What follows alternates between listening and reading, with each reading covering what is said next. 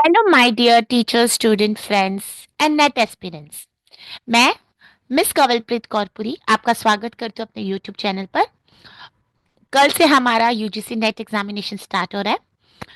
I am sure आप सबने admit card अपना डाउनलोड कर लिया होगा और उसके ऊपर इंस्ट्रक्शंस पढ़ लिए होंगे। और मेरी तरफ से आप सबको ऑल द बेस्ट है। तो थोड़ा सा एक एफर्ट मेरी तरफ से भी। ये अभी जो मैं सेशन दे रही हूँ ये ऑलमोस्ट रहेगा कुछ 45 या 50 या 1 आवर तक। तो आप मेरे साथ अगर बने रहेंगे तो डेफिनेटली आपकी हेल्प होने वाली है। और अंत तक सेशन देखिए। और अब तक आप मेरे चैनल से नहीं जुड़े हैं तो मेरे चैनल को आप लाइक शेयर और सब्सक्राइब कर सकते हैं। मैं पेपर 1 जनरल गाइडेंस के लिए डिलीवर करती हूँ सेशंस और पेपर 2 कॉमर्स। और हर सेशन के पहले मैं थोड़ा सा हमेशा बोलती हूँ कि हम टीचर्स हैं। God has chosen us with a responsibility. Teaching is not only a profession, it is a responsibility and a passion. We are nation builders. कोई रिस्पेक्ट करे ना करे, हमें खुद में अपने लिए रिस्पेक्ट होनी बहुत जरूरी है। एंड नेगेटिव थिंकिंग करके कुछ नहीं होता। भले आपका कल एग्जाम है या फिर आप 6-7 दिन बाद एग्जाम दे रहे हैं या मे बी आप फर्स्ट टाइम प्रिपेयर कर रहे हैं या आप 45 के एज के हो चुके हैं और अब तक आपका क्वालिफाई नहीं हो रहा है, तो प्लीज़ डोंट गिव अप। ठीक है। और मेरी एक हैबिट है जिसको मैं वाहिगुरु जी की ब्लेसिंग ही कहती हूँ। मैं जो भी सीखती हूँ वो मैं सबके साथ शेयर कर देती हूँ। ठीक है। Because I believe the sole aim of humanity is to help others, irrespective whether someone is not helping you or they are trying to pull you down. आप अपना कर्मा करते जाइए। So let's learn together and trust me, everything will happen for you all of a sudden and you will be thankful that you didn't give up. ठीक है। मैं management की teacher हूँ, human resource पढ़ाती हूँ, तो मोटिवेशन इतना तो बनता है। कहाँ जा रहे हैं आप, रुक जाइए। मैं सेशन 1 आवर का ही लूंगी, मुझे पता है कल एग्जाम है। और जिनका एग्जाम थोड़े दिनों बाद है, मेरी रिक्वेस्ट है आप ये सेशन जरूर देख के जाइए। इसके पहले भी मेरी बहुत सारी प्लेलिस्ट है।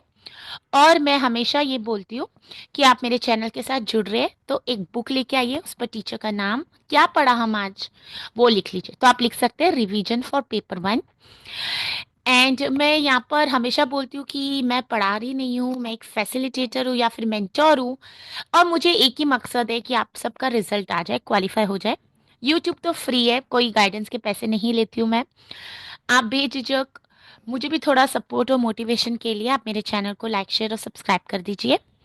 And I just want to change your perception towards examination and thinking process. आपके पास 4 ऑप्शंस दिए होते हैं, आपको बस करेक्ट आंसर चूज करना है। I also understand it is not so easy to select the correct answer, but definitely it is not so difficult. अगर मैं क्वालिफाई हो सकती हूँ तो आप भी हो सकते हैं।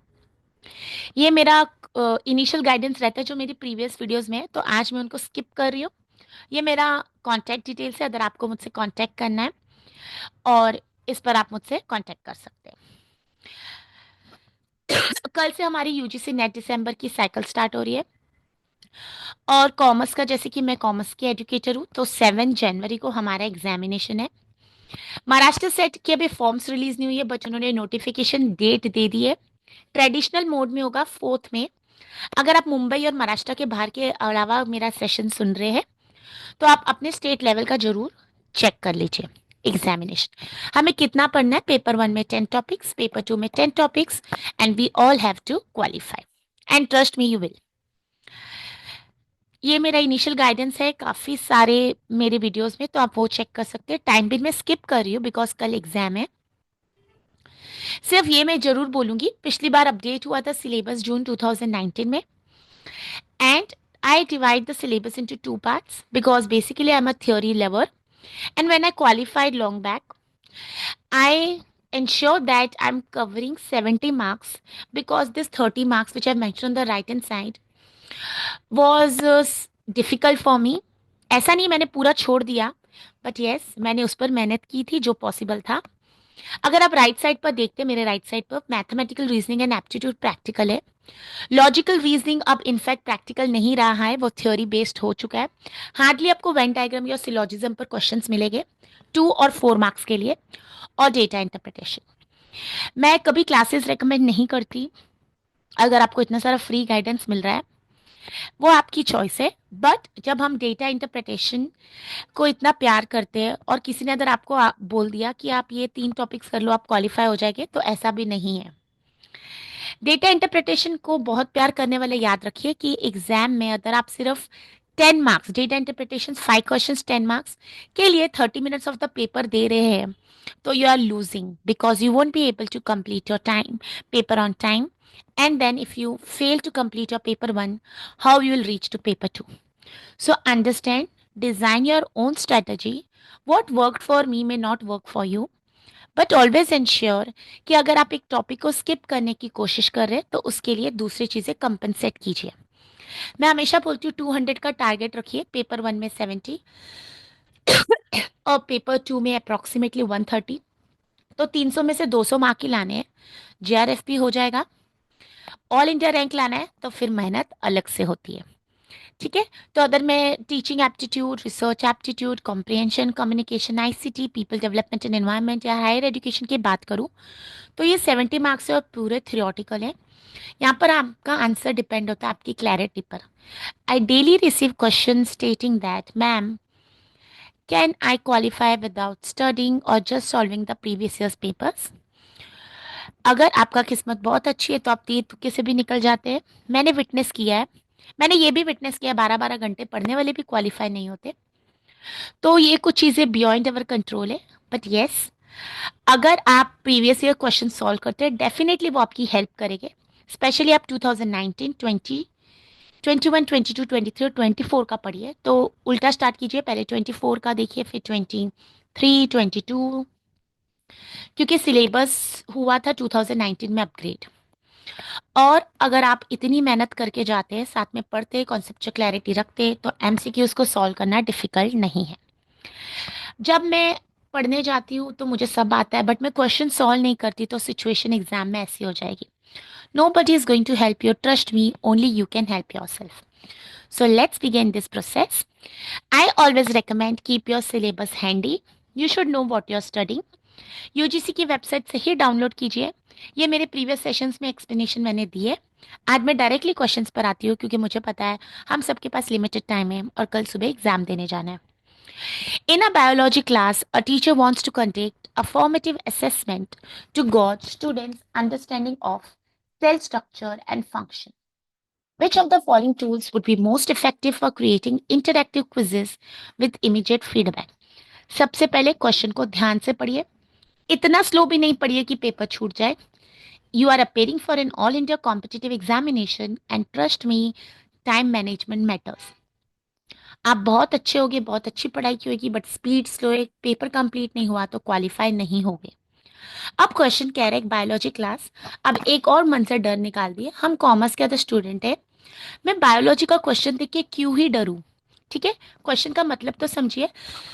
एक बायोलॉजी क्लास में एक टीचर को कंडक्ट करना है formative assessment. So this is from which topic?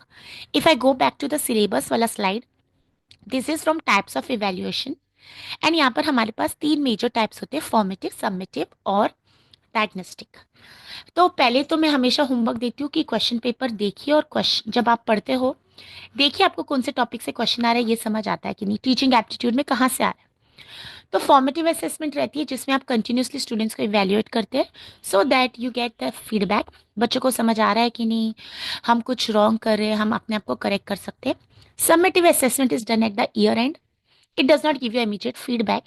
Even if you give your feedback, as the student has cleared the semester and the subjects may have changed or the student may have promoted to the next class, so you no longer have the control on the same child. So summative assessment year ending के लिए good है। और एक diagnostic placement होता है, वो मेरी previous videos में है। तो फॉर्मेटिव असेसमेंट के लिए हमको गॉज करना है, अंदाजा लगाना है स्टूडेंट्स की understanding and function. Which of the following tools, अभी कौन से टूल्स यूज होंगे creating interactive quizzes and immediate feedback मिले जिससे। तो let's go to the options, Google Forms, Adobe Illustrator, Kahoot, Audacity, Camtasia. अगर आपने इसका नाम नहीं सुना है तो आप आंसर सॉल्व नहीं कर, बट अगर मुझे बेसिक अंडरस्टैंडिंग है कि गूगल फॉर्म से क्विज बनता है तो ए आंसर में आना चाहिए। आप क्विकली ऑप्शंस में जाइए, ऑप्शन नंबर 1 में ए नहीं है, इसको एलिमिनेट कर दो। 4 में भी ए नहीं है, इसको एलिमिनेट कर दो। अब आंसर या तो सेकंड और third. Presence of mind is important. Adobe Illustrator नहीं होता इसके लिए, तो जहां पर बी है वो भी आंसर नहीं आएगा। तो अगेन 1 एंड 4 इज एलिमिनेटेड। कहूट में क्विजेज होते हैं, प्रोवाइडेड आपको इसका नाम पता था। ऑडेसिटी नहीं पता है मुझे, और जो भी उसको बोलते हैं ऑडेसिटी या जो, तो ऑडियो के लिए वो है, तो नाम से कुछ हिंट मिल रहा है। और कैम्टेशिया भी कुछ वीडियो रिकॉर्डर है। हम डिजिटल एज में हैं, इतना हमें नहीं पता होगा तो हम आंसर क्वालिफाई नहीं कर पाएंगे। ये क्वेश्चन आईसीटी में भी बन सकता है, अदर फॉर्मेटिव असेसमेंट को डिलीट कर दे, या फिर हायर एजुकेशन में डिजिटल इनिशिएटिव्स में भी बन सकता है। तो यहाँ पर हमारा करेक्ट आंसर एक ही बचता है, और वो है ए और सी जिसमें, तो option number 3 is the correct answer. I took a fraction of second to solve the question. तो जहाँ पर मुझे डेटा इंटरप्रिटेशन में 10-10 मिनट लग रहे हैं, और अगर ऐसे सिंपल क्वेश्चंस में आंसर कर पा रही हूँ, तो मेरी टाइम मैनेजमेंट ऑटोमेटिकली हो रही है। Again, if you are a lover of practical questions, then you have to design your own strategy. I am not criticising any of the topic, because एक भी टॉपिक छोड़े बिना आप सक्सेसफुल नहीं होगे, और मुझे जो पसंद है वो आपको पसंद हो ऐसा भी नहीं है। सो here the correct answer is option number 3। Moving on to the next question. Anna sits at a kitchen table and is able to think about what she needs to buy from the grocery stores. She is using her ability to. एक लड़की है, वो kitchen table पर बैठी है और वो सोच रही है कि उसको ग्रोसरी स्टोर से क्या लाना है। अगर आप हिंदी में अटेम्प्ट करें तो ग्रोसरी का मतलब पता होना चाहिए। अगर आप इंग्लिश में अटेम्प्ट करें तो उस पर कमांड होना चाहिए। अब वो कौन सी एबिलिटी यूज कर रही है? रिकॉग्नाइज, रिसाइट, रिकॉल और मेमोराइज। डायरेक्ट क्वेश्चन है, छोटे से ऑप्शन है। अब मेमोराइज तो वो कुछ याद नहीं कर रही है, रट्टे नहीं मार रही है। वो रिसाइट कुछ बोल रही नहीं है। तो अब हमेशा कंफ्यूजन दो क्वेश्चंस में होता है, रिकॉग्नाइज एंड रिकॉल, दो ऑप्शंस में होता है। तो रिकॉग्नाइज हम उसी चीज को कर सकते हैं जिसको हम कभी देखा हो। तो यहाँ तो ऐसा नहीं लग रहा है। She is just thinking about what she needs to buy. So this is an example of recall. If you read the terms recognise and recall, you will understand कि दोनों में क्या डिफरेंस है। और ये क्वेश्चन अगेन मैं without मेहनत किए सॉल्व कर पाती, अगर मुझे इंग्लिश का मतलब पता होता। All this question are from recent attempt. कोई जूने क्वेश्चन नहीं है, सब न्यू क्वेश्चन है, 23 या 24 के attempt. So here the correct answer is recall. Common sense, presence of mind is must. Which of the following best exemplifies the zero transfer of learning? अब जो मुझे पूछते मैम कॉन्सेप्ट्स के बिना पढ़ सकते क्वालिफाई, तो मैं कहती हूँ नहीं। अब जीरो ट्रांसफर ऑफ लर्निंग का मतलब क्या है पहले देख लेते हैं। There are different ways of learning, types of transfer of learning. Positive transfer होता है कि जब मैं कुछ नया सीखने जाती हूँ उसके लिए मुझे प्रीवियस नॉलेज होना जरूरी है। सो एग्जाम्पल, अगर आपको टाइपिंग नहीं आती तो आप कंप्यूटर टाइपिंग नहीं कर पाओगे। नेगेटिव ट्रांसफर होता है मैं कुछ सीखी हूँ, और जब मैं कुछ नया सीखने जा रही हूँ तो मैं पुरानी चीज को दिक्कत में आ जाती है। जैसे मैंने एग्जाम्पल दिया बट और पुट, बीओटी की स्पेलिंग और पीओटी, छोटा बच्चा पहली बार पढ़ेगा तो कंफ्यूज हो जाएगा, तो नेगेटिव हो गया। जीरो ट्रांसफर होता है जब एक को पढ़ने से दूसरे पर असर नहीं पड़ता। यहाँ पर एग्जाम्पल है, आप जब इंग्लिश लैंग्वेज पढ़ते हो तो उससे मैथ्स को हैम्पर नहीं होता। मतलब आपको ना इंग्लिश के लिए मैथमेटिक्स का इतना बेसिक पता होना चाहिए। लैंग्वेज अलग बात है, इंग्लिश या जो भी पढ़ रहे हो, बट इंग्लिश लैंग्वेज और मैथमेटिक्स इंडिपेंडेंट है। और वर्टिकल ट्रांसफर होता है, आप ए- एक फैसिलिटेट एक लेसन लर्न करने के लिए आपको उसके अदर एस्पेक्ट्स भी पढ़ने हैं, जैसे habits and values of the family influence a child to adopt them in daily life. सिर्फ हैबिट्स नहीं और सिर्फ वैल्यूज नहीं। तो जीरो ट्रांसफर होता है। यहाँ पर करेक्ट आंसर है using skills acquired in carpentry to excel in painting. Carpentry और पेंटिंग दोनों अलग अलग चीजें, दोनों का बेस नहीं है एक दूसरे के लिए। आप कारपेंट्री के बाद पेंटिंग सीख सकते हैं, पेंटिंग के बाद कारपेंट्री, दोनों इंडिपेंडेंट है। पहला ऑप्शन एनालाइज करती हूँ using knowledge of one programming language to another similar language. Yes, उसके लिए बेसिक होना चाहिए एक लैंग्वेज का दूसरे पर। Applying techniques of learning in football to improve the soccer game के लिए, तो यस ये भी एक दूसरे पर डिपेंडेंट है। और applying a mathematical problem solving method to physics problem, ये भी एक दूसरे पर डिपेंडेंट है। तो जीरो ट्रांसफर ऑफ लर्निंग का मैंने आपको मतलब बताया, तो कारपेंट्री और एक्सेलेंट पेंटिंग दोनों अलग अलग चीजें। कॉन्सेप्ट समझिए, आंसर कभी गलत नहीं होगा। Which of the following are the primary goals of PM e Vidya? अब अगर मुझे पीएम ई विद्या के बारे नहीं पता है तो पहले पढ़ लीजिए। एक स्कीम है, ई विद्या मतलब कुछ बेसिक से पता हो तो ई लर्निंग।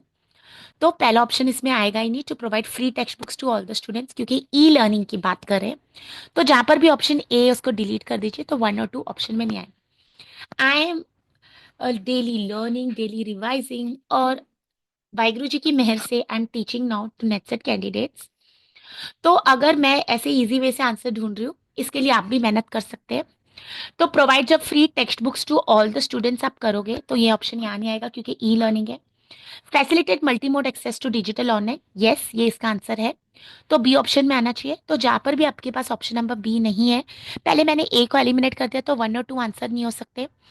अब मैं बी को एलिमिनेट कर रही हूँ, सॉरी मैं बी को यस कर रही हूँ, तो बी 4 ऑप्शन में नहीं है तो डेफिनेटली आंसर 3 होगा। दो स्टेटमेंट्स पढ़ के ही मैंने आंसर ढूंढ लिया। But when you are in the examination, don't use this strategy. First read the all options, then you solve. Jumping to the conclusions may help you, but गलती में lose marks हो जाएंगे। To offer scholarships to topper students, to facilitate the uniqueness with it comprehensive accessibility for all, yes। अगर आप internet है आपके पास तो सबको मिल जाएगा access. To benefit learners in remote areas where stable internet is not available, ठीक है, तो ये उसको भी ट्रू है। ठीक है, तो देखिए मैंने कैसे प्रेजेंस ऑफ माइंड से क्वेश्चन सॉल्व किया। So B D N is correct answer. मैं पॉज दे रही हूँ 2 मिनट, आप ये कंटेंट पढ़ सकते हैं। अगर आप ये पढ़ते हैं और आपको, मैं जब भी पढ़ाती हूँ मैं बोलती हूँ एक क्वेश्चन में 4 कॉन्सेप्ट होते हैं। आज ई लर्निंग पर पीएम ई विद्या पर आया, कल पाठशाला पर आ सकते हैं क्वेश्चन, फिर आपको स्वयं पर आएगा, स्वयं प्रभा पर आएगा। So there are so many digital initiatives. जब आपके पास कुछ पढ़ने जाते हैं सुपरफिशियल नॉलेज मत रखिए। आई अग्री सिलेबस वास्ट है, कैसे पढ़ेंगे कितना पढ़ेंगे, बट ये कुछ चीजें कॉमन सेंस से भी हम ढूंढ सकते हैं। I have taken questions which may be repeated as a concept. Questions नहीं रिपीट होते बट क्वेश्चंस, तो कॉन्सेप्ट्स पढ़िए, आंसर्स अपने आप आ जाएंगे। ठीक है, तो अब तक मेरे चैनल के साथ नहीं जुड़े, चैनल को लाइक शेयर और सब्सक्राइब कीजिए। थोड़ा सा और टाइम मेरे साथ जुड़ जाइए, आपका रिवीजन टाइप हो जाएगा। सेकेंड यूनिट रिसर्च, और ये अगर आप कॉमर्स के स्टूडेंट है या आपके पेपर 2 में है तो कॉमर्स में यूनिट नंबर 5 है, वहां पर पढ़े तो यहाँ पढ़ने की जरूरत नहीं है क्योंकि वो काफी कॉम्प्रिहेंसिव और डिटेल सिलेबस है, तो यहाँ पर कवर हो जाता है। चलते क्वेश्चन पर। Identify the correct order of the following information about a research article according to APA style of writing journal article references. हमें ऑर्डर लगाना है। जब हमें बोला नहीं गया ऑर्डर डिसेंडिंग और असेंडिंग तो हमेशा फर्स्ट से लास्ट पे जाएगा, ये कॉमन सेंस है। और अभी एपीए क्या है, American psychological association. Different styles of writing है। When you are writing a research paper thesis, depending on your subject in which you are enrolled, you are supposed to give references. Okay, so this is style of referencing. We have APA, we have MLA, Modern Language Association, आप literature वाले हो, Chicago style है, there are so many styles.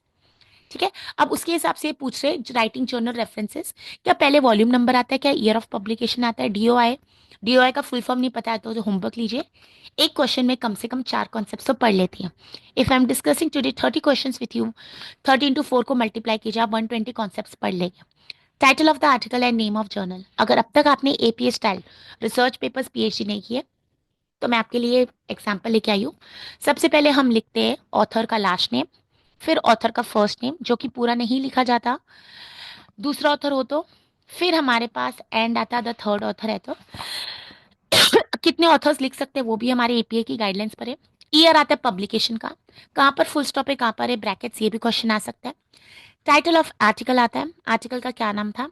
Title of periodical journal का नाम, वो italics में आता है। अगली बार ये क्वेश्चन आ सकता है कि इटैलिक्स कौन सा पार्ट होता है। Volume number, issue number brackets में, pages page number, and UIS digital object identify, इसका क्या मतलब है आप ये स्टडी कर सकते हो अपने खुद से। तो अब यहाँ पर अगर मैं देखूं तो मेरे पास है ना, यहाँ पर ऑथर नेम तो दिया ही नहीं है, तो सेकंड स्टेप जो था ईयर ऑफ पब्लिकेशन पहला आ जाएगा। तो आप क्विकली ऑप्शंस में जाओ, सिर्फ सेकंड ऑप्शन में ही बी है ईयर ऑफ पब्लिकेशन, तो आपका करेक्ट आंसर आ गया बिना मेहनत किए और प्रेजेंस ऑफ माइंड से, थोड़ा सा बेसिक पता था तो। और अगर मैं पढ़ चुकी हूँ तो मुझे पता है डीओआई लास्ट में आता है, तो ऑप्शन नंबर 1 पॉसिबल नहीं था, ऑप्शन नंबर 3 भी नहीं था और ऑप्शन नंबर 4 भी। अगर हमने नहीं पढ़ा है तो सब कुछ कंफ्यूजन है। That is why say study, take good knowledge, select a good mentor. 10 channels देख लिए, 10 लोगों को लाइक कर लिया और 0 रिजल्ट, ऐसा नहीं होना चाहिए। सो सबसे पहले आंसर है ऑप्शन नंबर 2। सबसे पहले ईयर ऑफ पब्लिकेशन, फिर आता है टाइटल ऑफ आर्टिकल, ई आता है नेम ऑफ जर्नल, फिर ए आता है वॉल्यूम नंबर और सी डीओआई। अगर आपको ऑथर नेम दिया होता सर नेम तो वो पहले आ जाता, बट वहां पर नहीं दिया है तो उसके बारे में सोचना ही नहीं है। In many studies that span a long period of time, participants in the study may leave. This constitutes which of the following threats to internal validity? Internal validity पढ़ाने में बहुत टाइम लगता है। और बहुत डीप कॉन्सेप्ट है। जब आप पीएचडी करते हो तो यहाँ तो वो मैं समझा रही नहीं हूँ, यहाँ पर बोल रहे लॉन्ग पीरियड ऑफ टाइम। तो अगर आपने मेरी प्रीवियस वीडियोस देखी है तो क्रॉस सेक्शनल और लॉन्जिट्यूडनल स्टडीज होती है। Long period of time study जैसे मैंने किसी स्टूडेंट्स या मैं कोई बच्चों के ऊपर स्टडी कर रही हूँ तो पहले वो 0 to 3 एज पर मॉनिटर किया, फिर 3 से 6, 6 से 9 ऐसे मॉनिटर करूंगी। ये longer period of time study चलेगी तो इसको बोलते हैं लॉन्जिट्यूडनल स्टडी। तो जब इतनी बड़ी स्टडी हो रही है तो पार्टिसिपेंट्स बीच में जा सकते हैं छोड़ के। तो जब एक पार्टिसिपेंट चला गया उसके बदले अगर मैं रिप्लेस करती हूँ तो उनके आंसर्स अलग आ जाएंगे, उनके बिहेवियर अलग होगा, उनकी साइकोलॉजी अलग होगा। So it is a threat to internal validity, मेरे रिस्पॉन्सेज डेटा रॉन्ग कलेक्ट हो जाएगा। सो यहाँ पर करेक्ट आंसर है मोर्टैलिटी। मोर्टैलिटी अदर होता है किसी की लाइफ चली गई या फिर वो हमारा ये रिसर्च छोड़ के चले गए। So that is mortality. What is testing instrumentation and maturation, मैंने नेक्स्ट स्लाइड में आपको ये बताया है तो आप ये यहाँ से पढ़ सकते हैं। ठीक है। Now UGC is trying to frame questions lengthy as well as difficult, क्योंकि क्वालिफाई होना आसान तो है ही नहीं बट मुश्किल भी नहीं है। ठीक है। तो अब अदर लॉन्जिट्यूडनल स्टडी पढ़ी तो उसके अलावा कौन सी दूसरी स्टडी होती है जो हम कॉमर्स करते हैं, cross sectional. Over a period of time data नहीं कलेक्ट करते। जब हम पीएचडी करते हैं within 8 months we collect the data, 3 months. एक रिस्पॉन्डेंट से एक ही बार कलेक्ट करते डेटा, उसके बाद वापस नहीं पूछते, एक बार कहानी खत्म, तो उसको बोलते हैं क्रॉस सेक्शनल। मेरी प्रीवियस वीडियोस में ऑलरेडी मैंने शेयर किया। Identify the continuous variable. Continuous variable पढ़ने से पहले इसका दूसरा वेरिएबल क्या होता है वो देख लेते हैं। जब आप डेटा की बात करते हैं कुछ लोग इसको डाटा भी बोलते हैं, क्वालिटेटिव और क्वांटिटेटिव। क्वालिटेटिव होता है which can not be expressed in number, quantitative होता है which can be expressed in number. It is discrete और कॉन्टिन्यूस। डिस्क्रीट में पॉइंट नहीं आता, डेसिमल नहीं आता, आपके पास 5 किड्स है या 5.5 किड्स नहीं हो सकते। कंटिन्यूस डेटा में किसी का वजन हाइट आ सकती है 3.25 kg है, कोई 60.3 kg का है, तो इसको बोलते हैं कॉन्टिन्यूस डेटा। इतनी बेसिक नॉलेज थी, ये सब रीसेंट क्वेश्चन है। तो identify the continuous variables, number of tails obtained in 100 tosses of a coin. Coin को आप टॉस करें या तो टेल आएगा या हेड, और वो 1.5 टाइम्स नहीं आएगा, या 10 बार आएगा या 11 बार आएगा। Weight of students in school होगा कंटिन्यूस नंबर, किसी का 62, किसी का 35, किसी का 41, किसी का 42.6। Marks score bye students in an objective type. Objective में क्या होता है, सब्जेक्टिव नहीं होता, या तो रॉन्ग है तो 0 मार्क्स, या तो 1 है फुल मार्क्स। तो ये भी नहीं आएगा क्योंकि it is a full number. Height of plants in an agriculture field, ये हो सकता है किसी की हाइट पॉइंट डेसिमल में। तो यहाँ पर करेक्ट आंसर है बी एंड डी। क्वेश्चन को समझिए, आंसर वही मिल जाएगा। एक कॉन्सेप्ट पढ़ने के लिए उसका दूसरा कॉन्सेप्ट पढ़ना भी जरूरी है। ये पढ़ाने के लिए बहुत टाइम लगता है बट कुछ हद तक मैंने प्रीवियस वीडियोस में पढ़ाया है। आप प्लेलिस्ट रिसर्च एप्टीट्यूड चेक कर सकते हैं। वो पीएचडी जिन्होंने एंट्रेंस टेस्ट दिया है या फिर रिसर्च प्रपोजल बना रहे हैं या पीएचडी करने वाले, उनके लिए भी यूजफुल है। मैं 3rd यूनिट स्किप कर चुकी हूँ क्योंकि वो पैसेज है। मैं डायरेक्टली आती हूँ 4th यूनिट पर, कम्युनिकेशन। छोटा सा सिलेबस है बट है तो बहुत वास्ट। अगर 4th टॉपिक की बात करूँ, mass media and society, out of syllabus आ सकता है। Something related to technology, AI, किसी को ओलंपिक में अवार्ड्स मिला, क्या पर कहीं पर होस्ट हुए थे अवार्ड्स, किसी को भारत भूषण मिला, या किसी की डेथ हो गई उनको कौन सा अवार्ड मिला, या फिर कौन मिस यूनिवर्स बन गया, ऐसे क्वेश्चंस यहाँ पर एक्सपेक्टेड है। Identify the correct chronological sequence. Chronological sequence year नहीं पता है, असेंडिंग डिसेंडिंग, तो कभी भी छोटे से बड़े पर जाएंगे।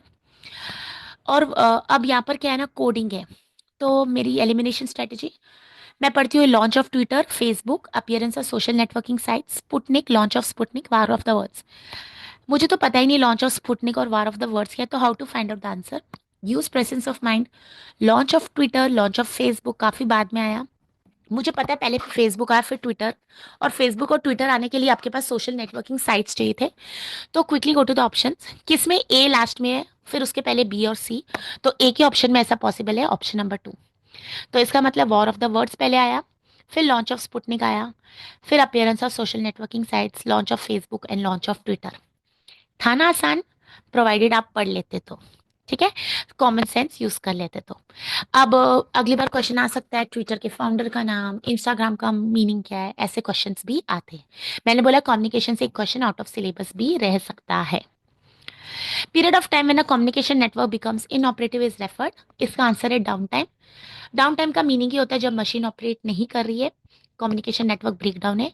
अप टाइम का मतलब होता है जहाँ पर मशीन ऑपरेट करिए, टाइम फिट और लोड टाइम को हम यहाँ इग्नोर कर सकते हैं। तो जब नेटवर्क बिकम इनऑपरेटिव तो उसको बोलते हैं down time. Common sense recent question है। Coming to the logical reasoning unit, again I have skip fifth unit mathematics. उनको पढ़ाना बहुत ही मेहनत है और मैं उसके ऊपर फोकस नहीं कर रही हूँ। मैंने आपको बताया मेरी स्ट्रेटेजी 70% में से। लॉजिकल रीजनिंग कुछ हद तक पूरा ही थियोरी हो गया, other than fourth topic Venn diagram and last syllogism, जिसमें वेन डायग्राम्स आते हैं। तो अगर आप वो स्किप भी करें, आपको नहीं समझ आता, कुछ बच्चे इतना डर जाते हैं कैंडिडेट्स, उन्हीं के लिए पेपर अटेम्प्ट नहीं करते या डर जाते हैं, क्लासेस ज्वाइन करते हैं। तो 2 और 4 मार्क्स का लॉस है। तो wherever there is loss of marks, ensure that you are compensating it with another topic. You ensure that you strengthen your research aptitude, communication and other topics in such a way that you don't even lose 2 marks. उसमें से आपको सब कुछ आए। तो यहाँ पर जो मैंने हाईलाइट किया बहुत बार आ रहा है, फैलेसिस बहुत बार आ रहे हैं, प्रमाणास हर बार आ रहा है, और एनालॉगी एक होता है थर्ड वाला इसमें टॉपिक, जिसमें मैं हमेशा बोलती हूँ कंपैरिजन। जैसे मम्मी बचपन में बताती थी, अगर झाड़ू टूट गया तो उसकी यूनिटी खत्म हो जाती, कंपैरिजन करते थे यूनिटी से। बॉलीवुड का हीरो गाना गा रहा है, ये चांद सा रोशन चेहरा, तो अपनी गर्लफ्रेंड के लिए गा रहा है, उसका चेहरा वो कंपेयर कर रहा है चांद से। तो जहां पर भी ऐसे दो चीजों का कंपैरिजन है उसको बोलते हैं एनालॉगी। डायरेक्ट क्वेश्चन आता है which type of statement it is. ये बहुत इंपॉर्टेंट कॉन्सेप्ट है, बने रहिए मेरे सेशन तक। थोड़ा सा टाइम और लूंगी, बट ट्रस्ट मी आपको बहुत हेल्प होने वाली है। आप क्वालिफाई हो जाएगा तो मुझे मैसेज जरूर कीजिए और मेरे चैनल को लाइक शेयर और सब्सक्राइब भी कीजिए। अब मैं पढ़ा रही हूँ 6 प्रमाणास। प्रमाणास हमेशा वैलिड नॉलेज होते हैं, अप्रमाणा हमारे सिलेबस में नहीं है। पहला मैं स्टार्ट करी प्रत्यक्ष परसेप्शन। डायरेक्ट क्वेश्चन आता है प्रत्यक्ष का इंग्लिश नाम क्या है या परसेप्शन का हिंदी नाम क्या है। तो इन छो के आप इंग्लिश और हिंदी नाम याद रख लीजिए। Perception is sensory organ, so you enter the home, you can feel something, हवा, या फिर आपको मैं बोलूँ आपके घर में खाना बन रहा है तो खाने के aroma. So this is through sensory organs. तो जहां पर भी सेंसरी ऑर्गन का आंसर है उसको बोलते हैं प्रत्यक्ष। अनुमानाइज, किसी चीज की पहले नॉलेज होनी जरूरी है। अनुमान कैसे लगाते हैं, इन्फ्रेंस। बादल दिख रहे हैं डार्क तो बारिश आ सकती है, अंदाजा लगाया जा सकता है। तो इन्फ्रेंस के लिए प्रीवियस नॉलेज होना जरूरी। उपमानाइज कंपैरिजन, आप छोटे बच्चों को एनिमल दिखाते हैं, बोलते हैं 4 legs 1 tail, so the next day the child will see another animal, he will see ये वही एनिमल है जो कल दिखा था। तो आप कंपेयर कर रहे हैं, हिंदी नाम इंग्लिश दोनों का याद। पोस्टुलेशन इज अर्थपट्टी, जिसको हम बोलते हैं एजम्पशन और इम्प्लीकेशन। तो उसका दूसरा नाम भी आप लिख लीजिए, अर्थपट्टी इज एजम्पशन और इम्प्लीकेशन, IMPLICATION। अंदाजा लगाना, एज्यूम करना। अनुमाना में अंदाजा था, किसी चीज को देखते हैं, यहाँ पर हम एज्यूम कर। नेट का एक फेवरेट क्वेश्चन है, देवदत्ता रात को नहीं खाता है, ऐसा वाला क्वेश्चन है, वो मोटा है तो वो एजम्पशन पर है। अनुपलब्धि is non apprehension, you see a jar on the floor, after some time you don't see the jar, it does not means there is the jar is lost or somebody took it away, it means present it is not there, so it is non apprehension. शब्द है you are relying on the words of some expert, ठीक है, जैसे अगर आज आपको लगता है मैं एक्सपर्ट हूँ नेट सेट की, तो आप मेरा सेशन सुन रहे हैं। ओके, तो सबके मीनिंग और सबके इंग्लिश वर्ड और हिंदी वर्ड पता होने चाहिए। Let's go to the question. As per classical Indian logic of Nyaya, verbal testimony Shabda Pramana. अब देखो उन्होंने वर्बल टेस्टिमनी का शब्द भी वर्ड लिखा है। अगर आपको हिंदी वर्ड नहीं पता था और सिर्फ शब्द पूछा जाता तो आपको आंसर समझता ही नहीं। सिर्फ वर्बल टेस्टिमनी लिखा जाता, आपको इंग्लिश नहीं पता थी तो आंसर नहीं होता। तो यहाँ पर करेक्ट आंसर है ऑप्शन नंबर, जहां पर बी और डी है, क्योंकि words of a scripture is trustworthy and words of a trustworthy person is trustworthy. अब स्क्रिप्चर मतलब रिलीजियस एपिक बुक्स, महाभारत या कोई religion books. Words of any teacher बोला उन्होंने, एक्सपर्ट नहीं बोला किसी फील्ड का, तो हर टीचर एक्सपर्ट नहीं होती, बहुत टाइम लगता है, मेहनत लगती है एक्सपर्ट बनने में। ओनली इंजेक्टिव सेंटेंसेस या फिर रिलेटेड नहीं है, तो correct answer is B and D. ठीक है, whom you can rely. What is Indian school of logic? You can refer the syllabus. Next, according to classical Indian philosophy, the source of knowledge based on cognition of an object. Cognition, mental capability, thinking capacity, similar to another one. Similar is the keyword. मैंने अभी आपको बताया था animal का example देखिए, तो यहाँ पर होगा उपमाना, कंपैरिजन। सिमिलर का मतलब ही कंपैरिजन है, विच इज ऑलरेडी नोन। मुझे एनिमल पता था 4 legs है, तो मैं दूसरा जिसके पास भी 4 legs होगी मैं कहूंगी वो animal. So this is comparison, उपमाना। ठीक है, सिमिलर का मतलब नहीं पता था, जोड़ नहीं पाए। शब्द यहाँ पर ट्रस्टवर्दी नहीं है, प्रत्यक्ष परसेप्शन, सेंसरी ऑर्गन्स नहीं है, अनुमाना अंदाजा नहीं। कॉग्नाइजर होता है जो देख रहा है, जो समझ रहा है। तो करेक्ट आंसर इज उपमाना। एक छोटी सी स्लाइड से मैंने देखा आपको कितना आसान कर दिया। अच्छे टीचर मेंटर से जुड़ना भी बहुत जरूरी है, गलत पढ़ते जाएंगे तो गलत ही मार्क्स आएंगे। Which of the following statements are included in the inferential process for inferring fire from the perception of smoke as per न्याय philosophy? ये मैंने प्रीवियस सेशन में एक्सप्लेन किया था कोडिंग के साथ। तो प्रतिज्ञा किसको बोलते हैं, हेतु किसको बोलते हैं, उदाहरण, उपनाया, निगमाना, ये सब मैंने एक्सप्लेन किया है। मैं डिस्क्रिप्शन बॉक्स में वो सारे लिंक्स शेयर कर दूंगी, अदरवाइज आप खुद ही जाके प्लेलिस्ट को रेफर कर सकते हैं पेपर। तो ये पूछ रहे एज पर न्याय फिलोसफी हम इन्फ्लुएंस कैसे लगा सकते हैं fire from the perception of smoke, मतलब हमें स्मोक दिख रही है तो हमें कैसे पता, हम कैसे अंदाजा लगा रहे हैं कि वहां पर आग लगी है। हिल हैज फायर, ये तो पता ही लगेगा। सिंस इट हैज स्मोक, इससे भी पता लगेगा। Whenever there is fire there is smoke, example kitchen, ये उदाहरण है, ये नेसेसरी नहीं है, this is just to make easy for you. That hill which is smoky must have fire too, उपनाया, ये एग्जाम्पल, ये ऊपर की स्टेटमेंट से क्या इंप्लीकेशन आया, तो उपनाया। और निगमाना इज द कंक्लूजन। तो यस, तो other than C, A B D और ई सबसे पता लगता है कि फायर और स्मोक है।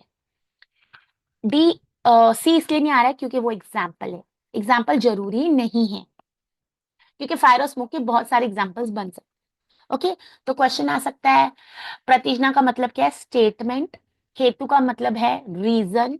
उदाहरण इज एग्जाम्पल, उपनाया इज प्रैक्टिकल इम्प्लीकेशन एंड निगमाना इज कंक्लूजन। मैंने प्रीवियस सेशंस में एक्सप्लेन किया है। ठीक है, अब ये फैलेसिस पर आ जाते हैं। If Anoop is a member of animal right society then he opposes horse racing. आप मेरे सेशन को पॉज कर सकते हैं और उसको स्टडी कर सकते हैं। ठीक है, आप स्क्रीनशॉट भी ले सकते हो और आप उससे स्टडी कर सकते हो। जस्ट अ सेकंड दीजिए, एक मिनट मुझे।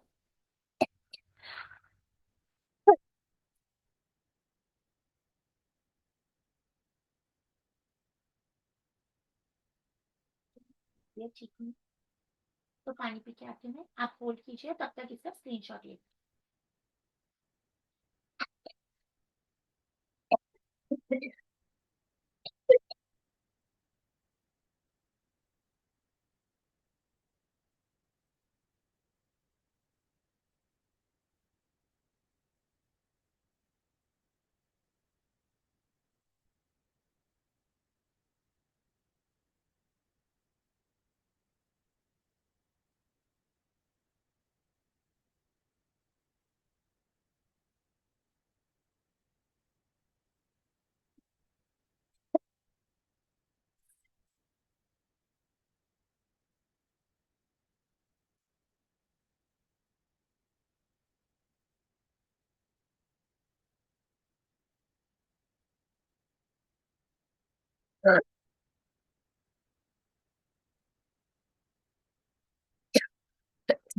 Sorry, please bear with me. Okay, तो बोल रहे हैं Anoop is a member of animal right society then he opposes horse racing. Anoop एक बंदा है, वो एनिमल राइट सोसाइटी का मेंबर है, तो वो कहता है हॉर्स रेसिंग नहीं होनी चाहिए। Anoop opposes horse racing. अभी दूसरी तरह से स्टेटमेंट, अनूप इसलिए अपोज करता है, मना करता है हॉर्स रेसिंग की, क्योंकि there is a he is a member, therefore is a member of animal right society. अब जरूरी है क्या इसी रीजन के लिए वो मना कर रहे हैं, इसको मैं आपको एक्सप्लेन करती हूँ। करेक्ट है अफर्मिंग द कॉन्सिक्वेंट। अब एंटीसीडेंट होता है और कॉन्सिक्वेंट होता है, रिसर्च का भी कॉन्सेप्ट है, प्रीवियस और उसका रिजल्ट। अब जैसे मैं देखती हूँ रास्ते पर पानी गिरा है, तो मैं क्या सोचूंगी कि बारिश चाहिए, बट हो सकता है किसी ने पानी डाला हो, तो there are so many reason. तो यहाँ पर इसी का मतलब है, तो Anoop is a member of, Anoop वाली एनिमल राइट सोसाइटी का है, तो possible he is opposing, but this is not may be the only reason. तो यहाँ पर आता है affirming the consequence. Hasty generalisation का मीनिंग ये नहीं है, इनअप्रोप्रिएट अथॉरिटी और डिनाइंग द इंसिडेंट मीनिंग। ये सॉल्व करने के लिए आपको चारों का मतलब, ऑप्शंस का मतलब पता होना चाहिए था। इसे मैं हमेशा कहती हूँ कॉन्सेप्ट्स पढ़िए, एमसीक्यूज डायरेक्टली मत सॉल्व कीजिए। मैं कुछ एग्जांपल दे रही हूँ, आप पॉज कर सकते हैं वीडियो को, स्क्रीनशॉट ले सकते हैं और इनको पढ़ सकते हैं, तो आपके लिए इजी है। मैं हमेशा रेफरेंसेस देती हूँ ताकि मेरे मैं कभी भी ऐसे नहीं करती किसी का डेटा चोरी कर लूँ। किसी से भी आपने हेल्प लिया, सपोर्ट लिया है, आप उनको थैंक यू और एक्नॉलेजमेंट जरूर कीजिए। This is a sign of a good researcher. Logical fallacies, इसका भी आप स्क्रीनशॉट ले सकते हो। इस पर भी मेरी प्रीवियस सेशंस है, आप प्लेलिस्ट 1 पर जाके चेक कर सकते हैं, लॉजिक रीजनिंग पर। आप इसका स्क्रीनशॉट ले लीजिए। अब तक मेरे चैनल के साथ नहीं जुड़े हैं तो जुड़ जाइए और सेशन को प्लीज एंड तक कीजिए, तो आपका ही बेनिफिट होगा। इसका भी आप स्क्रीनशॉट ले सकते हैं।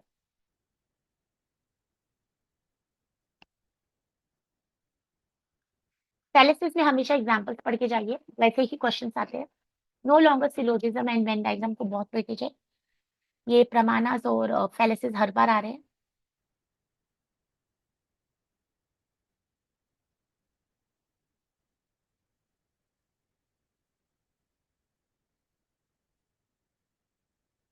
नहीं समझ आता है, आप मेरी प्रीवियस सेशन देख लीजिए।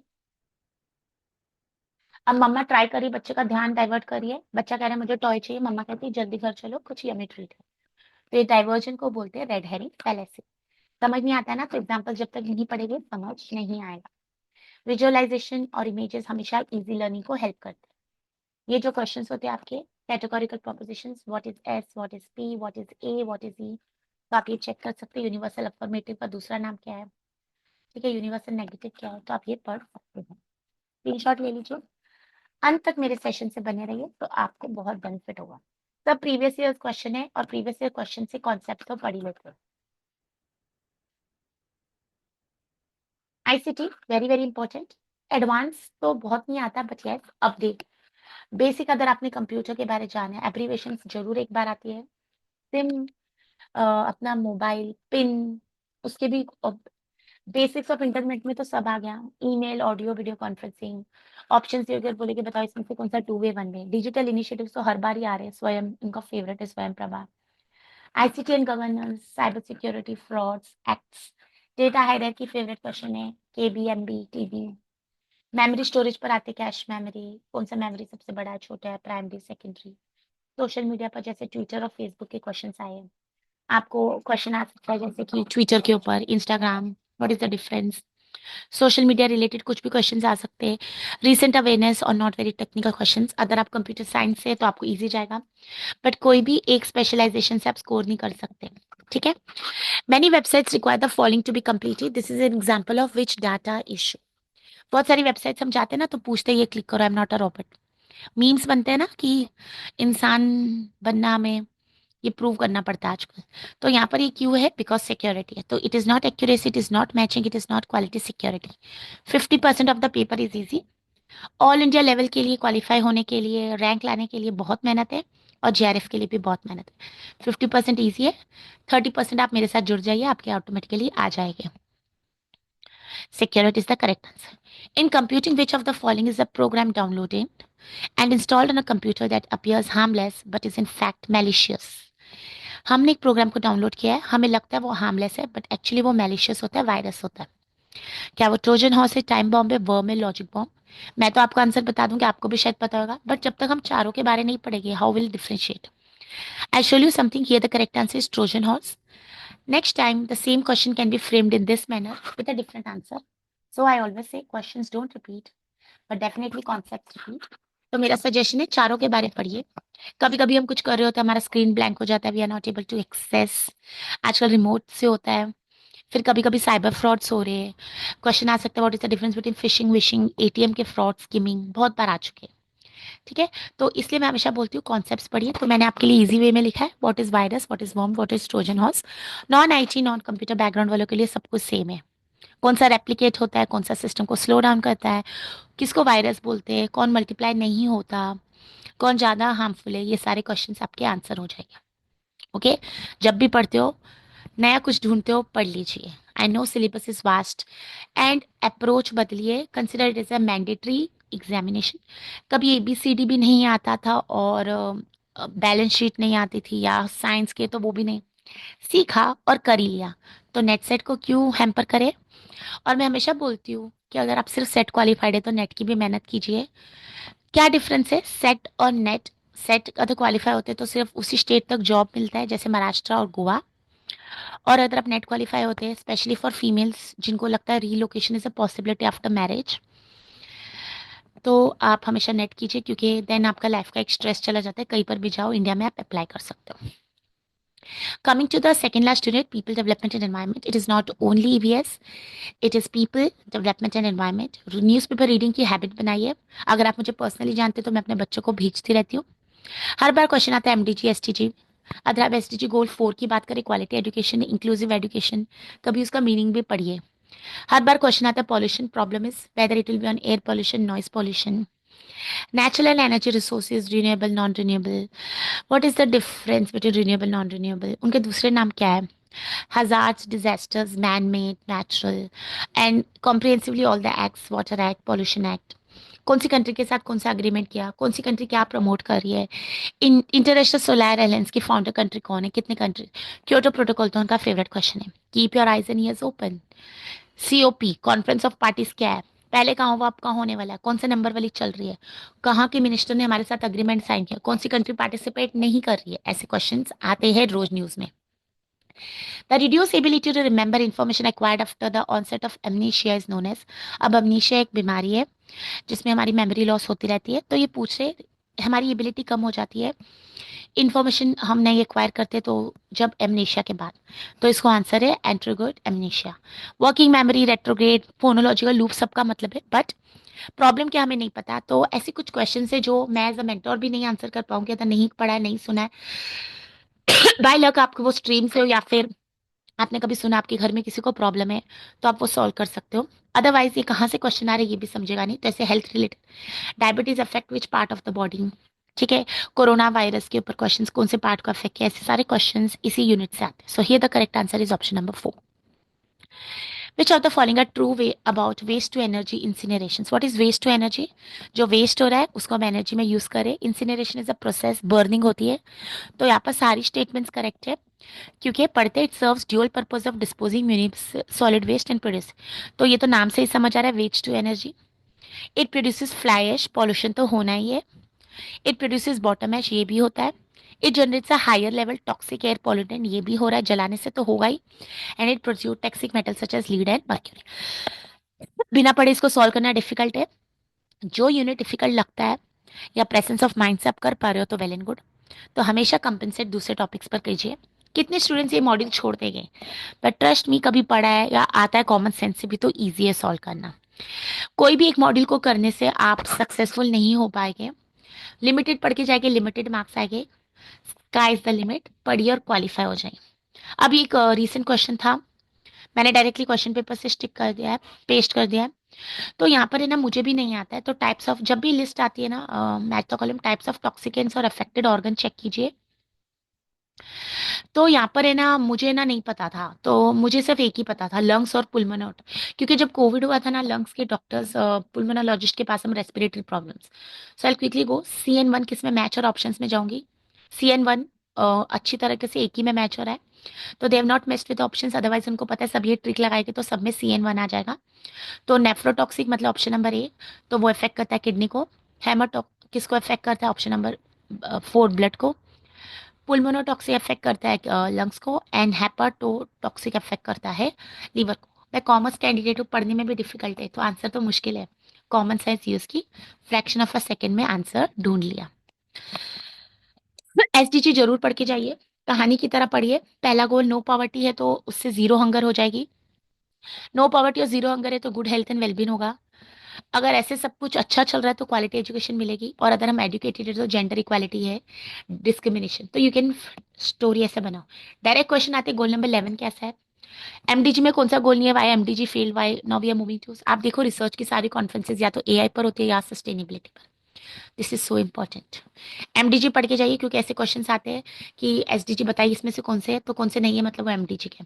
नेचुरल डिजास्टर्स नाम नहीं पता, अर्थक्वेक का सोर्स नहीं पता कैसे होता है, लैंडस्लाइड क्या है. मैन मेड डिजास्टर्स जैसे अभी कोविड क्या था, मैन मेड था. तो ऐसी सारी चीजें में हमेशा कंफ्यूजन रहती है. बायोडाइवर्सिटी क्या होती है, जहाँ पर लाइफ होती है, प्लांट्स एंड, जैसे मैं मुंबई से हूँ तो Sanjay Gandhi national special areas reserve for species. Natural renewable, इसमें डिफिकल्ट है नाम, ट्रेडिशनल मॉडर्न, कहाँ पर पॉल्यूशन है कहाँ पर नहीं है. ये हर बार आता है Kyoto protocol, Paris agreement. Sorry मैं फिर से जाती हूँ, आप इनका स्क्रीनशॉट्स ले लीजिए.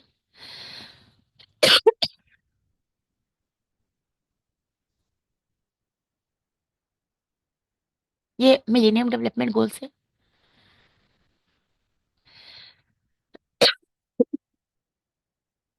Sorry, I am little unwell.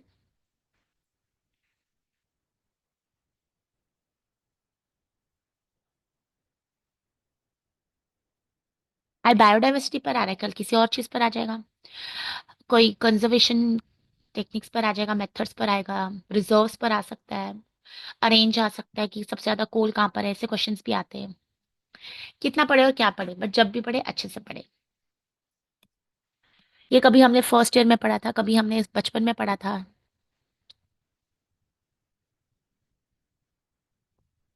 Kyoto protocol favourite है उनका। पेरिस एग्रीमेंट क्या रिप्लेस हो चुका है। अपने आप को अपडेटेड रखिए। ये कुछ कॉन्फ्रेंसेस है जो हर बार पूछे जाते हैं, फ्यूचर में कहाँ कॉन्फ्रेंसेस होने वाली है। जैसे द सार्क रिलेटेड कुछ क्वेश्चन कॉमर्स में भी आ सकता है, तो अगर वो रिलेटेड होगा जनरल वन में भी क्वेश्चन आ सकते हैं। चलते लास्ट टॉपिक पर, बस 5 मिनट और। हायर एजुकेशन सिस्टम, और इसमें हर बार Asian gurukul, oriental conventional value education, environmental, basic questions, AICT, CUET का फुल फॉर्म, नैक किधर है, या फिर पहले इसका नाम सिर्फ इंडियन पॉलिटी था, तो अभी हायर एजुकेशन है, तो it comprises so many questions. Rajya Sabha, central government, state government, उनके मेंबर्स, इलेक्शंस की भी क्वेश्चन यहाँ आ सकते हैं। ये हमें पता होना चाहिए, जनरल एजुकेशन क्या है, वोकेशनल क्या है, नेशनल एजुकेशन पॉलिसी किस पर फोकस कर रही है, क्या वो वोकेशनल, तो वोकेशनल का मतलब क्या है, अर्न एंड लर्न। ओके, तो ये सारी चीज़ों से अपडेटेड रखें। Value based education shall include universal human values, use the elimination strategy. Human values positive होगी, आइसोलेशन अकेलापन होता है, नॉन वायलेंस पॉजिटिव है, पीस पॉजिटिव है, राइटियस कंडक्ट पॉजिटिव है, पनिशमेंट टू क्राइम नेगेटिव है। तो बी सी डी जहाँ पर है, बिना सोचे समझे मैंने आंसर मार्क कर लिया। गलती से नॉन वायलेंस को वायलेंस पढ़ ले तो आंसर रॉन्ग जाता। तो correct answer is option number 2, value based education and environmental education. तो कंटेंट्स हम स्वयं प्रभा चैनल 11, अब उन्होंने स्पेसिफिकली चैनल 11 के बारे में पूछा है। स्वयं प्रभा क्या है, डीटीएच है, डायरेक्ट टू होम। स्वयं क्या है, ये हर बार क्वेश्चंस आ चुके हैं, हर बार डिफरेंट लेवल के आते हैं। With the theme of social sciences and humanities are provided by, मतलब सोशल साइंस और ह्यूमैन, इनके कंट्रीब्यूटर कौन है, कौन इनको सपोर्ट करता है, इग्नू न्यू दिल्ली। इग्नू का फुल फॉर्म, सीईसी क्या है, आईआईटी क्या है। और आईआईटी क्यों नहीं करते, क्योंकि देखो कॉमन सेंस है, साइंस एंड ह्यूमैनिटीज पूछा है, तो एक तो कॉमन सेंस से आंसर ढूंढ ही सकते थे। Correct answer is IGNOU. Which of the following is not use for checking plagiarism, मैं हमेशा बोलती हूँ। In fact I am fed up of people who, teachers और candidates who are ensuring that they are taking help of other people for writing, जिनको हम ghost writing कहते हैं, outsourcing. I am strongly against this. Unethical practices क्यों करें जब हमारी काबिलियत है। कहाँ से कॉपी किया है उसको प्लेजरिज्म बोलते हैं, अनएथिकल प्रैक्टिस है। You have to always give acknowledgement, मैंने जैसे बोला रेफरेंसेस मैं हमेशा देती हूँ। तो प्लेजरिज्म सॉफ्टवेयर टर्निटिन है, अक्सर इसका नाम लोग गलत पढ़ते हैं, लेटेक्स नहीं है। तो यहाँ पर करेक्ट आंसर है लेटेक्स। एथेंटिकेट भी एक सॉफ्टवेयर है, और Urkund. As per UGC 2019 November, Urkund is been replaced by DrillBit, DRILLBIT। तो उरकुंड अभी नहीं है, ये प्रीवियस ईयर उसके पहले का क्वेश्चन है। तो अगर आपने नाम नहीं सुने तो इसलिए मैं बोलती हूँ keep your eyes and years open, क्योंकि अगर आप ऐसी चीजें नहीं जानेंगे तो क्वालिफाई नहीं होते। मूक्स के ऊपर बहुत सारे क्वेश्चन आते हैं, मैसिव ओपन ऑनलाइन कोर्स। और मैं हमेशा कहती हूँ डाउनलोड कीजिए सही साइट से आपका syllabus, keep it handy, understand what you are studying, where you are lacking. And exam में हमेशा पेशेंस रखिए। झगड़ा नहीं करना है, किसी से आर्ग्यू नहीं करना है। कभी कभी सिक्योरिटी पर ही हमारे झगड़े हो जाते हैं, पानी की बोतल को लेके। कीप काम, टाइमर दिया होता है, 180 मिनट से स्टार्ट होता है। और paper one is predictable, so you should capitalise on it. Paper two unpredictable है, कभी मार्केटिंग ज़्यादा आ जाएगा, कभी लॉ ज़्यादा आ जाएगा, कभी रिसर्च आ जाएगा। पर यहाँ पर प्रैक्टिकेबल है। एंड कोई भी स्किप करे टॉपिक, जैसे मैंने बोला मैथ्स को मुझे डर लगता है, डीआई को नहीं करूंगी, बट उसमें से कुछ तो इजी चीज़ें, डेटा इंटरप्रिटेशन ऑब्जर्व करके आ जाता है, देख के पता लगता है, pie diagram chart. If you are skipping any topic we don't have optional, okay, we are supposed to attempt all the questions. So if you're compensating any you should if you're missing or skipping any topic, compensate with other. Negative marking नहीं है, UGC वालों के लिए, science में होती है। तो answer mark कीजिए, और ऑनलाइन सिस्टम है तो ऐसा ना हो गलती से आपने आंसर मार्क ही नहीं किया, पेपर सबमिट हो गया। तो डू दैट, मॉक टेस्टिंग करके जाइए if you are not tech savvy. चारों ऑप्शंस करिए, मैंने जैसे स्ट्रेटेजी बताई, don't jump to the conclusion, पहले चारों ऑप्शंस पढ़िए फिर ट्रिक लगाइए। कभी कभी एक्साइटमेंट और डर से रॉन्ग आंसर मार्क हो जाता है, स्पेशली पेपर फॉर्म, जैसे कि महाराष्ट्र का स्टेट एग्जाम पेपर फॉर्म में होना। Don't jump to the conclusion, highlight is not और कीवर्ड, कभी भी नॉट, नॉन रिन्यूएबल को गलत पढ़ लेते हैं। Tricks depend on the question and options. Practice consistency that never give up. When in doubt, mark the option you feel best. Change your prayers. मुझे पास करवा दो तो मैं नेट से JRF क्वालिफाई हूँ. Trust me, it works. I'm a person who believes in giving back to the society. I'm a staunch believer and unwavering faith in Vaheguru Ji. I'm a follower of Sikhism. मैं कोई religion नहीं promote करी but अगर आप gratitude रखते जितना है बहुत मिलेगा. हेल्प करने से आगे बढ़िए. Life is not to compete, cooperate and collaborate. Jealousy जैसी चीजें आनी ही नहीं चाहिए लाइफ में, because we all have a role to play and we all have a destiny. मैं कर्मा बिलीवर भी हूँ, तो अच्छे कर्म कीजिए, अच्छे रिजल्ट आएंगे. ये थोड़ी मेरी सी सोच है. And I wish you all the best. I just want to say this quote. I don't know who has written. I want to inspire people. I want someone to look at me and say, because of you, I didn't give up. So अगर आप on the verge of crying थे, नहीं पढ़ रहे, नहीं होगा, तो थोड़ी सी मोटिवेशन रखिए. आज या नहीं तो कल हो जाएगा. एग्जाम के लिए किसी से झगड़ा मत कीजिए. डोंट फील इन्फीरियर, बिकॉज कहते हैं nobody can make you feel inferior until and unless you allow to. I wish all of you may qualify. And मेरे चैनल को जरूर लाइक शेयर और सब्सक्राइब कीजिए. I deliver session for colleges in Mumbai and online to other states also. जैसे कि आज ही मैंने कोटा में सेशन डिलीवर किया है. I am thankful to them to invite. And अगर आप प्लानिंग कर रहे हैं अपने कॉलेज में इनवाइट करने के लिए मुझे, तो don't hesitate. I have already shared my number. And keep helping others. The best way to study is to share and help others. That's all from my side. Previous videos भी जरूर check कर लीजिए. मेरी तरफ से आपको all the best. सत श्री अकाल. फिर हम मिलते हैं नेक्स्ट सेशन में.